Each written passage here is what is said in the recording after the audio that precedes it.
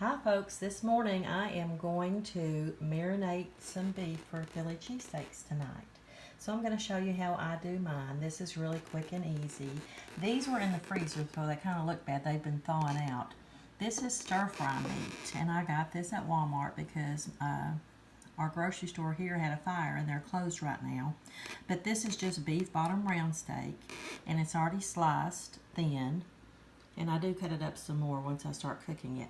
But anyway, I have that, and the marinade consists of parsley, red pepper, black pepper, garlic, onion powder, Worcestershire, that is red wine vinegar right there, mustard, and salt. And we'll come back in a minute and we'll mix this up and I'll show you how easy it is. Okay, everybody, we're back. Now, I'm going to put my mustard in. I just put a plastic bag in a container so it'll stand up for me. And you can use Dijon mustard in this if you like. I don't have any Dijon, I just use this, okay? I've got 5 tablespoons of Worcestershire. Whoops. I've got 4 tablespoons of rice wine vinegar. Let me show you what that looks like so you'll know. It's red wine vinegar, I'm sorry. Red wine vinegar. I use a rice wine too quite a bit, and you could use that in this. Okay, I have a tablespoon of parsley flakes, a tablespoon of red pepper flakes, and you don't have to use that many red pepper flakes. A teaspoon of salt, a teaspoon of black pepper, a teaspoon of onion powder, a teaspoon of garlic powder. And I think that's it.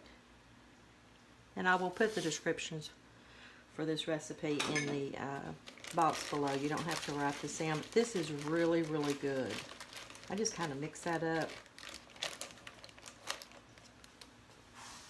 And really the best way to do that is to close this and do it like that. Get it mixed really good. And it looks really nasty, but it makes a great marinade for this. So now take your meat. I'm just going to touch it. It's still a little bit frozen because I took it out of the freezer last night and put it in the refrigerator. Okay, put your meat in there. Let me show you how thin this is. See, it's pretty thin, and then I cut it up in smaller pieces. But you can leave it like this if you like, but it's so nice because it's already cut up. Okay, let me wash my hands.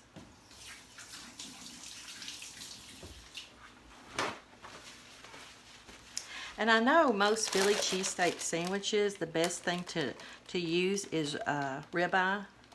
But I have found this works just as well, and it's not as expensive.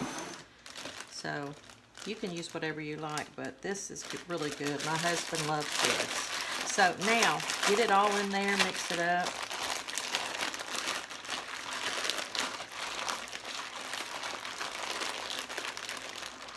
Yes, it looks pretty nasty, but this is a wonderful marinade. Okay, see how that looks? I've got it all mixed well. Now I'm going to put this in the refrigerator, and whenever I come by the refrigerator, every hour or so, I'm just going to get it out and move it around a little bit, like this. It's better if you marinate this overnight, but you don't have to. You can marinate it for a few hours and then cook it. And we'll come back when this is ready to cook, and I'll show you how I cook mine. Okay, everybody, we're back, and I have started to saute some mushrooms. These are just the little portobello, the smaller ones that are sliced up. I put some garlic salt on that, and I squirted a little bit of olive oil on it. So I'm going to saute those. Then I'm going to put them in this pan over here. Then I'm going to saute my onions and bell peppers and put them in the same pan and put it in the oven to keep it warm. So I'm going to get that done, and then we'll come back and we'll do the meat, and I'll show you how to do that.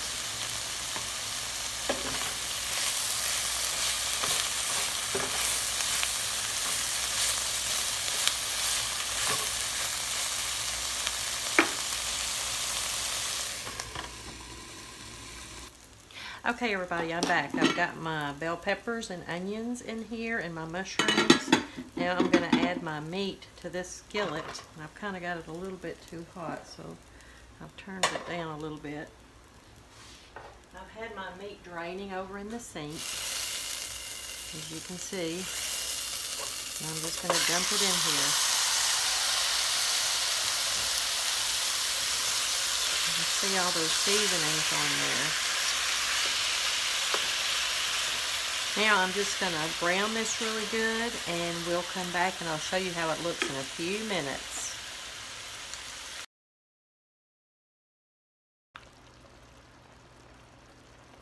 Okay everybody, I just wanted to show you this. Even though I've drained this, there's still a lot of juice that cooks out. So I take this over to the sink, to my disposal, and I drain this with my lid here. I drain all that off because I want this meat to be really dry. I don't want to have to cook it that long, you know, for all that to evaporate. So I'm going to take this over there in just a second and just drain all that juice off, because you want this to be browned and not juicy. We'll be back in a second. Okay everybody, this is what it should look like. I just finished draining that, and see, you don't want a lot of juice, and what little is there will cook off. So I'm going to go ahead and start cooking this. I want to brown this really well, but look how thin those pieces are. It's just perfect for Philly cheesesteak. So I'm going to cook this longer, and I'm also, let me go ahead and tell you while we're here, I'm going to take my scissors and cut this up. These are my meat scissors. I don't like big chunks of meat on my sandwich, so I go through there and I trim that just a little bit while it's cooking. So we'll be back in a second, and I'll show you how this meat looks when I get it finished. Alright folks, we're back, and I've got this meat ready.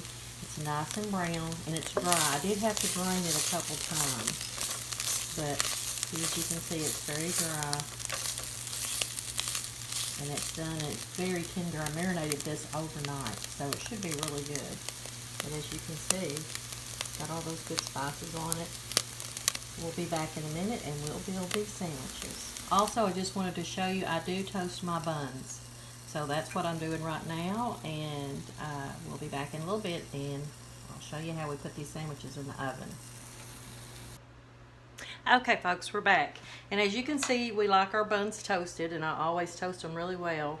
I go ahead and make up a lot of these sandwiches if I make this meat, and that way my husband can take them for lunch. Now I'm putting a little bit of mayonnaise on here, and I'm just going to put it on the top one and the bottom one just a little bit. You can use Miracle Whip, whatever you like. Okay, the way I do it, I put the meat on.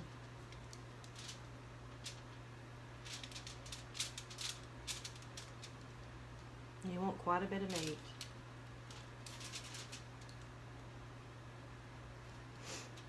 And my husband, as you can see, he likes his his onions and bell peppers soft. I like mine a little crunchier. But you do yours like you want, so I do them however he wants. Every once in a while I'll sneak some crunchy ones in there. He doesn't say anything. But, okay. Now my husband, he likes mozzarella. So I've got a little mozzarella here I'm going to put on here.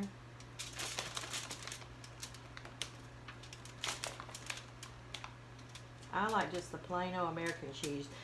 I think Philly cheesesteak is provolone. Most people, I'm not too crazy about provolone, and neither is my husband. So that's how we do it right there. And what I do is I make all these sandwiches up, and then I put them into the oven and melt that cheese a little bit. And we'll come back after I get all that ready, and I'll show you how they look. Okay, these are ready to go into the oven. And what I did, I put some meat on there, then I put cheese, and then I put some bell peppers and onions and mushrooms, and I put some more cheese on top. So we'll see how this works out. I'm afraid these are going to be really fattening. But they look really good, so we'll be back in a minute after they're warmed up a little bit in the oven and that cheese melts a bit.